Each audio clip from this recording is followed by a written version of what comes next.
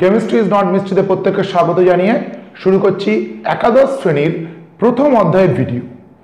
আমরা একাদশ শ্রেণীর দ্বিতীয় এবং তৃতীয় অধ্যায়ের ভিডিও আগে আপলোড করেছিলাম চ্যানেলে, প্রথম অধ্যায়টিকে বাকি রেখে। কিন্তু আমাদের সামাও মনে হচ্ছে ছাত্রছাত্রীদের প্রথম অধ্যায়টা এবার জানা দরকার, সেই জন্য আমরা এবার একবারে প্রথম অধ্যায় থেকে, অর্থাৎ তোমাদের রসায়নের সিলেবাসের শুরুতে যে চ্যাপ্টারটা রয়েছে রসায়ন বিজ্ঞানের প্রাথমিক ধারণা, সেখান থেকেই ভিডিও দেওয়া শুরু করছি। এই চ্যাপ্টারটা সম্পর্কে একটা কথা বলি, এই চ্যাপ্টারটিতে তোমাদের পরীক্ষায় আছে হচ্ছে 3 নম্বর, অর্থাৎ একাদশ শ্রেণীর যে ফাইনাল পরীক্ষা হয় সেখানে প্রশ্ন আসে 3 নম্বর। মূলত এখান থেকে প্রবলেম ওরিয়েন্টেড প্রশ্ন, মানে অঙ্ক থাকে, থিওরি থাকে খুব অল্প, অনেক সময় তো থিওরি ফাইনাল এক্সামে নাও থাকতে পারে, কিন্তু আমাদের যেহেতু এটা একদম বেসিক চ্যাপ্টার, এর আইডিয়া ক্লিয়ার না থাকলে কিন্তু পরবর্তী অন্যান্য চ্যাপ্টারে তোমাদের সমস্যা হবে। সেই কারণে আশা রাখবো ভিডিওটি তোমরা সম্পূর্ণ দেখবে। আমরা এই চ্যাপ্টারে যেখান থেকে শুরু করব সেটা হচ্ছে রাসায়নিক সংযোগ সূত্রাবলী, ইংরেজিতে বলা হয় ল অফ কেমিক্যাল কম্বিনেশন। এখানে তোমাদের মোট 5টি ল আছে। 5টার মধ্যে একটা তোমরা অনেক ছোটবেলা থেকেই জানো, সেটা হচ্ছে ভরের নিত্যতা সূত্র,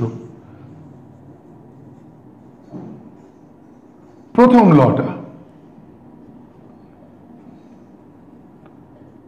কাজে ভরের নিত্যতা সূত্রটা কি, এর প্রমাণ, এর মধ্যে আমি খুব বেশি আসবো না, জাস্ট ছোট করে বলছি।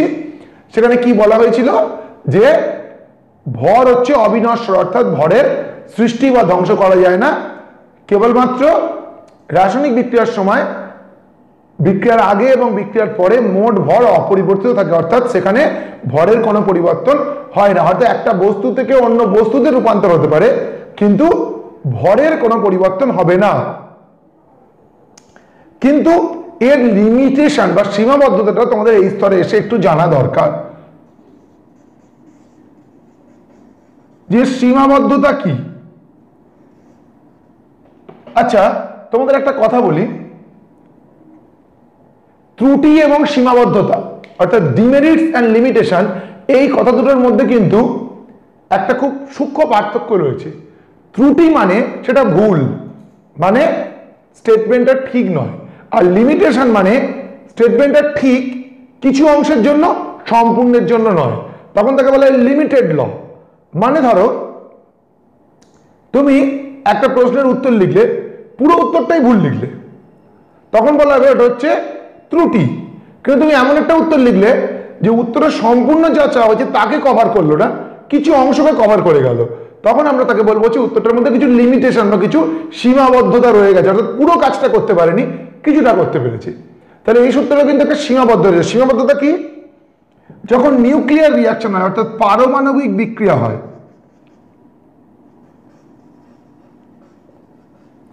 তখন এই সূত্রটা পুরোপুরি প্রযোজ্য হয় না। পারমাণবিক বিক্রিয়া কি?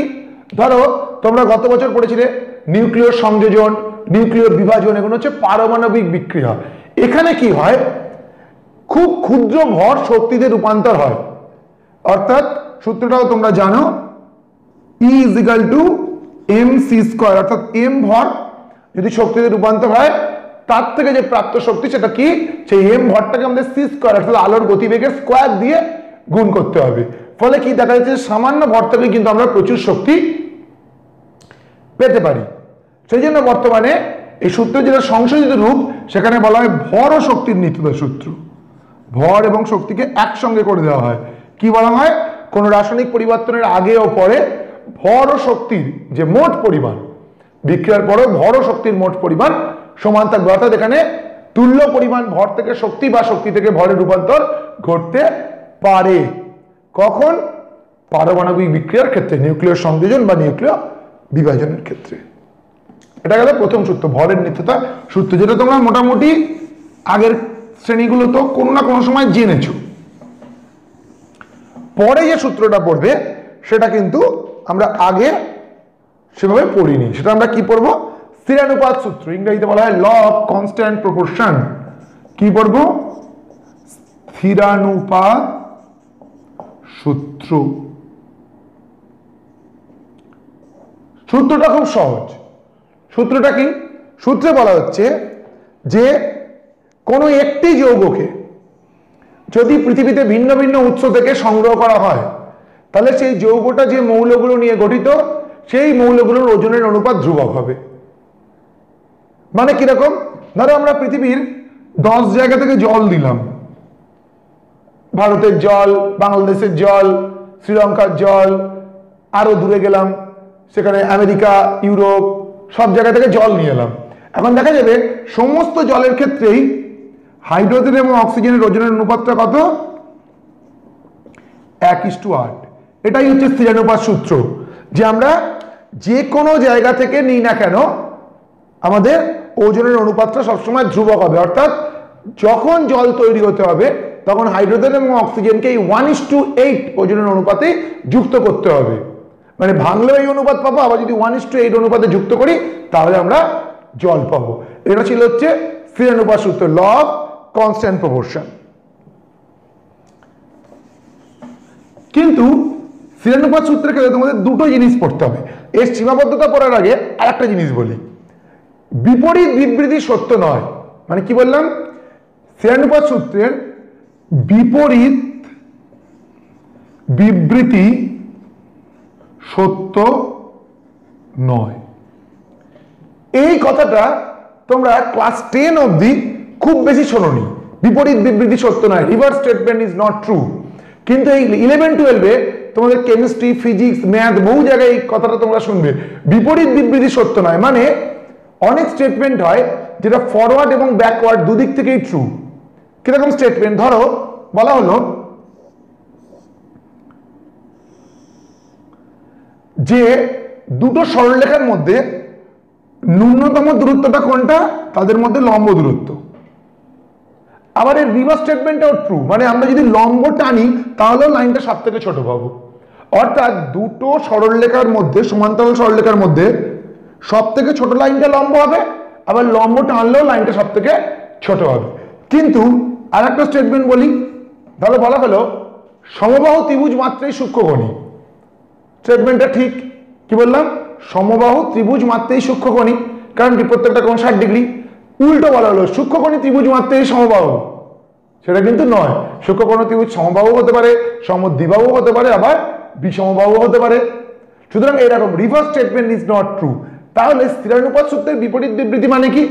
যদি ওজনের অনুপাত ধ্রুবক হয় তাহলে একই যৌগ হবে। কি? দুটি মৌলের দুটি বা ততোধিক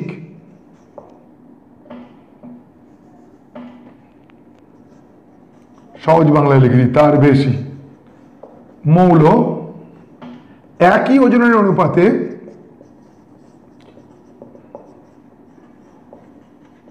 যুক্ত হলে একই যৌগ উৎপন্ন করবে।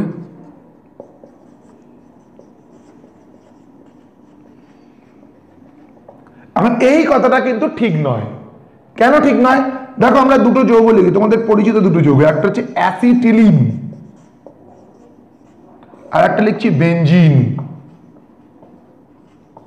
অ্যাসিটিলিনের সংকেত হচ্ছে C2H2, বেনজিনের হচ্ছে C6H6। তাহলে এখানে যদি আমরা কার্বন হাইড্রোজেনের ওজনের অনুপাত বের করি 12 × 2, আর এখানে হচ্ছে 1 × 2, এখানে কি 12 × 6, 1 × 2, তাহলে কেটে কুটে গেলে এটা আসবে 6:1, 6:2 না 12:1 আসবে, ভুল কাটলাম, মানে ওইটা 6টা ছিল ওই জন্য গন্ডগোল হয়েছে। 12:1, এখানেও দেখো আসবে 12:1। অর্থাৎ দুটো যৌগই ওজনের অনুপাত কিন্তু একই, কিন্তু দুটো যৌগ কি একই? দুটো যৌগ কখনোই একই নয়। তার মানে কি? স্থিরানুপাত সূত্রের বিপরীত বিবৃতি সত্য নয়। একই ওজনের অনুপাতে যুক্ত হলে কিন্তু সবসময় একই যৌগ গঠন করবে না। আর এর একটি লিমিটেশন রয়েছে বা সীমাবদ্ধতা, সেটা হচ্ছে যে যদি আইসোটোপ থাকে সেক্ষেত্রে ওজনের অনুপাত ধ্রুবক হবে না। এখন এই সীমাবদ্ধতা স্থিরানুপাত সূত্রের ক্ষেত্রে বলার অর্থটা কিছুটা গুরুত্ব কমে যায়, কারণ যখন এই সূত্রটা আবিষ্কার হয়েছিল তখন আইসোটোপ আবিষ্কার হয়নি। কিরকম ব্যবহার করতেছি? জলের উদাহরণেই আসি। ধরো একটা এমনি জল আছে, একটা ভারী জল রয়েছে, D2O মানে ডয়টেরিয়াম অক্সাইড। এখন সাধারণ জলে হাইড্রোজেন অক্সিজেনের ওজনের অনুপাত কি পেয়েছিলাম একটু আগে? 1:8। এখন D2O তে কি হবে? D2 এর ক্ষেত্রে ওজনটা হচ্ছে হাইড্রোজেনের 2 করে, মানে 2 গুণ 2 অনুপাত 16, মানে 4:16, এটা পেয়ে যাবো হচ্ছে 1:4। তখন এই দুটো মিলবে না। আইসোটোপ আবিষ্কারের পরে দেখা গেছিল হচ্ছে এই সূত্রটা সঠিকভাবে আর সমস্ত ক্ষেত্রে খাটে না, কারণ দুটোই কিন্তু কেমিক্যালি জল, মানে রাসায়নিকভাবে জল। তাহলে এটা আমরা কি পেলাম? শ্রেয়ানুপাত সূত্র। এরপরে আমাদের রয়েছে গুণানুপাত সূত্র, ইংরেজিতে বলা হয় ল অফ মাল্টিপল প্রপোর্শন। গুণানুপাত সূত্র, গুণানুপাত সূত্রটা আবার শ্রেয়ানুপাত সূত্রের মতো এরকম কম ভাবে বলা যাবে না, একটু ঝামেলা আছে। এখানে কি বলা হচ্ছে? দুটি মৌল বিক্রিয়া করে যদি একাধিক যৌগ উৎপন্ন করে, কি বললাম? দুটি মৌল বিক্রিয়া করে যদি একাধিক যৌগ উৎপন্ন করে, একটি মৌলের নির্দিষ্ট ওজনের সঙ্গে অপর মৌলটি যে ওজনের অনুপাতে যুক্ত হবে সেটা পূর্ণ সংখ্যার সরল অনুপাত হবে। একটা এক্সাম্পল দিই, ব্যাপারটা ক্লিয়ার হয়ে যাবে। ধরো কার্বন আর অক্সিজেন মিলে দুটো যৌগ তৈরি করে, কার্বন ডাইঅক্সাইড আর কার্বন মনোঅক্সাইড। এখন যদি একটা কার্বনের নির্দিষ্ট ওজন, তাহলে এখানে কার্বন আর অক্সিজেনের ওজন অনুপাত কত? 12:32। এখানে কত? 12:16। তাহলে কার্বনের নির্দিষ্ট ওজন 12 সঙ্গে অক্সিজেন কি অনুপাতে যুক্ত হয়েছে? 32:16। কাটাকুটি করে দিলে 2:1। এটা একটা পূর্ণ সংখ্যার সরল অনুপাত, ছোট একটা পূর্ণ সংখ্যার অনুপাত দিল। এটাই হচ্ছে গুণানুপাত সূত্র, যে একটি মৌলের নির্দিষ্ট ওজনের সঙ্গে অপর মৌলটি যে ওজনের অনুপাতে যুক্ত হবে সেটা পূর্ণ সংখ্যার সরল অনুপাত হবে। এখন এরও সীমাবদ্ধতা রয়েছে। কি সীমাবদ্ধতা? দুটো মৌল যুক্ত হয়ে যখন প্রচুর যৌগ তৈরি করে, যেমন ধরো হাইড্রোকার্বন, কার্বন আর হাইড্রোজেন যুক্ত হয়ে প্রায় 1.5-2 লক্ষ যৌগ তৈরি করে, তখন কিন্তু সব ক্ষেত্রে এই সূত্রটা প্রযোজ্য হবে না। অর্থাৎ সব জায়গায় কিন্তু পূর্ণ সংখ্যার সরল অনুপাত আসবে না, কোথাও কোথাও ফ্র্যাকশনও এসে যেতে পারে। যেমন ধরো আমরা নিলাম মিথেন, ইথেন, প্রোপেন আর বিউটেন, সব কিসের যৌগ? কার্বন আর হাইড্রোজেনের। তাহলে এখানে কার্বন হাইড্রোজেনের ওজন অনুপাত কত? 12 সঙ্গে 4। এখানে কত? 24 সঙ্গে 6। এখানে কত? 36 সঙ্গে 8। ওটা লিখবই না, আচ্ছা লিখি। 4 12 48 সঙ্গে 10। এবার দেখো আমরা যদি প্রত্যেকটা 12 সঙ্গে বের করতে চাই, এটা তো 4 আছে, এটা 12 সঙ্গে কত বেরোবে? 3। এটা 12 সঙ্গে কত বেরোবে? 8-এর 3। এটা 12 সঙ্গে কত বেরোবে? 10-এর 4। এবার দেখো অনুপাতগুলো কিন্তু আর পূর্ণ সংখ্যায় নেই। 4:3 8/3:10/4। এবার তোমরা অনেকে বলতে পারো পূর্ণ সংখ্যা বানিয়ে দেবো, কাটাকুটি করে লসাগু দিয়ে গুণ করে দেবো, তাহলে পূর্ণ সংখ্যা হয়ে যাবে। কিন্তু প্রশ্নে বলা, মানে সূত্রে বলা হয়েছিল পূর্ণ সংখ্যার সরল অনুপাত, অর্থাৎ খুব ছোট ছোট পূর্ণ সংখ্যার অনুপাত হতে হবে। দেখো সব ভগ্নাংশের অনুপাতকেই পূর্ণ সংখ্যা করা যায়, সেটা আমরা অঙ্কে জানি। যেটা কাটাকুটি করবো 6 হবে, প্রত্যেকটাকে 6 দিয়ে গুণ করে দেবো, পূর্ণ সংখ্যা চলে আসবে। কিন্তু সূত্রে যেটা বলা হয়েছিল ছোট ছোট পূর্ণ সংখ্যার অনুপাত, সেটা কিন্তু হবে না। এটা একটা গুণানুপাত সূত্রের সীমাবদ্ধতা। তাহলে আমাদের রাসায়নিক সংযোগ সূত্রাবলীর আমরা প্রথম 3টে সূত্র জেনে গেলাম। গুরুত্বপূর্ণ সূত্রের মধ্যে আর একটাই বাকি, তারপর একটা তোমরা আগে জানো, শেষটা গেলুসাকের গ্যাস আয়তন সূত্র, ওটা তো তোমরা জেনে এসছো। এবার আমরা যেটা আলোচনা করব সেটা হচ্ছে মিথানুপাত সূত্র, ল অফ রেসিপ্রোকাল প্রপোর্শন। মিথানুপাত সূত্র, মিথানুপাত সূত্রে কি বলা হলো? মিথানুপাত সূত্রে বলা হলো এবার আবার দুটো নয় 3টে মৌল নিয়ে করতে হবে। 3টে মৌল এমন যে একটার সঙ্গে অপর দুটো যুক্ত হয়ে যৌগ তৈরি করে। ধরো 3টে মৌল নিলাম এ বি সি, মানে কিরকম? এ বি এর সঙ্গে যৌগ তৈরি করে, এ আবার সি এর সঙ্গে যৌগ তৈরি করে।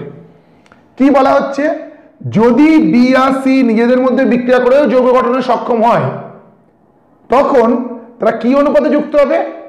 এর সঙ্গে বি আর সি যে অনুপাতে আছে সেই অনুপাতেই যুক্ত হবে। অর্থাৎ যখন তিনটে মৌল বিক্রিয়া করে যৌগ গঠন করবে, যদি একটি মৌলের সঙ্গে অপর দুটো মৌল একসাথে যুক্ত হয় এবং ওই দ্বিতীয় তৃতীয় মৌল নিজেদের মধ্যে বিক্রিয়া করে যৌগ গঠনে সক্ষম হয়, তাহলে প্রথম মৌলের সঙ্গে যে অনুপাতে যুক্ত হয়েছে দ্বিতীয় তৃতীয় মৌল সেই অনুপাতে যুক্ত হবে। এই কথাটা শুনে কিছুই বোঝা যায় না, আমিও জানি। একটা উদাহরণ দেখো তবে বুঝতে পারবে। ধরো আমরা তিনটে মৌল নিলাম, কার্বন, হাইড্রোজেন আর অক্সিজেন। এখন দেখো কার্বন হাইড্রোজেনের সঙ্গে যুক্ত হয়, কার্বন অক্সিজেনের সঙ্গে যুক্ত হয়, আর হাইড্রোজেন অক্সিজেনও নিজেদের মধ্যে যুক্ত হয়। এখানে কিন্তু যা তা তিনটে মৌল নিলে অসুবিধা আছে, মানে যে কোনো নিজেদের মধ্যে বিক্রিয়া করে এমন মৌল নিতে হবে। আমি যদি এখানে সোডিয়াম, পটাশিয়াম, লিথিয়াম নিই, এই সূত্রটা কিন্তু প্রযোজ্য হবে না। তাহলে দেখো কার্বন আর হাইড্রোজেন মিলে কি তৈরি করে? মিথেন। তাহলে এখানে কার্বনের সঙ্গে হাইড্রোজেনের ওজন অনুপাত কত? 12:1। খুব ভালো কথা। কার্বন আর অক্সিজেন মিলে তৈরি করে কার্বন ডাই অক্সাইড। এখানে কার্বন অক্সিজেনের অনুপাত কত? ও সরি, এটা 12:4, চারটে হাইড্রোজেন ছিল। এখানে হচ্ছে 12:32। এবারে দেখো কার্বনের নির্দিষ্ট ওজনের সঙ্গে অক্সিজেনটা কি অনুপাতে যুক্ত হয়েছে? 4:32, মানে 1:8। এবার যদি হাইড্রোজেন অক্সিজেন মিলে নিজেরা জল তৈরি করে, সেখানে হাইড্রোজেন অক্সিজেন অনুপাত কত? এটাই তো, মানে আসবে প্রথমে 2:16, মানে 1:8। এটাই সূত্রে বলা হয়েছে যে একটি মৌলের নির্দিষ্ট ওজনের সঙ্গে অপর মৌলটা যে অনুপাতে যুক্ত হয়েছিল, এই দুটো মৌল যদি নিজেদের মধ্যে বিক্রিয়া করে যৌগ গঠনে সক্ষম হয়, সেই ওজনের অনুপাতেই তারা যুক্ত হবে। এর যদি লিমিটেশন বলি, এ তো লিমিটেশনই ল। এই তিনটে যে যৌগ আমি একদম বেছে বেছে চয়েস করেছি। আসলে কার্বন আর হাইড্রোজেন মিলে তো আরো হাজার হাজার লক্ষ লক্ষ যৌগ হয়, অন্য একটা যৌগ নিয়ে নিলে আর সূত্রটা মিলত না। অর্থাৎ এই সূত্রটা খুব লিমিটেড কিছু কম্বিনেশনের জন্য অ্যাপ্লিকেবল, তার বাইরে কিন্তু অ্যাপ্লিকেবল নয়। সেক্ষেত্রে মিথান উপসূত্র প্রযোজ্য হবে না। এবং হাইড্রোজেন অক্সিজেন মিলে কিন্তু শুধু যে জল করে তা না, হাইড্রোজেন পারঅক্সাইডও করে, সেখানে গেলে আর অনুপাতটা মিলত না। শেষ যে সূত্রটা গেলুসাকের গ্যাস আয়তন সূত্র, এটা তোমরা ক্লাস 10-এই জানো। কি? যে একাধিক গ্যাস যদি পরস্পর নিজেদের মধ্যে বিক্রিয়া করে এবং প্রোডাক্টটাও যদি গ্যাস হয়, তাহলে তাদের আয়তনগুলো পূর্ণ সংখ্যার সরল অনুপাতে থাকবে। গেলুসাকের গ্যাস আয়তন সূত্র, এটা তোমাদের জানা সূত্র এবং সূত্রটাও খুব সহজ। এবং একটা কথা বলছি, এইটাই এমন একটা সূত্র, এর কিন্তু লিমিটেশন নেই, অর্থাৎ এটা সর্বক্ষেত্রে প্রযোজ্য। তাহলে মোটামুটি আমরা ক্লাস 11-এর যেটা প্রথম চ্যাপ্টার, অর্থাৎ রসায়ন বিজ্ঞানের প্রাথমিক ধারণা, তারও একেবারে একটা প্রাথমিক ধারণা লাভ করলাম। আমরা কতগুলো রাসায়নিক সংযোগ সূত্রাবলী পড়লাম, যেগুলো হয়তো এখন আর সব দিকে অ্যাপ্লিকেবল নেই, কিন্তু যেহেতু এটা হচ্ছে বেস, মানে এর ওপর ভিত্তি করেই পরবর্তীকালে রসায়ন বিজ্ঞান উন্নতি লাভ করেছে, সেটাই হচ্ছে এই সূত্রগুলোর গুরুত্ব।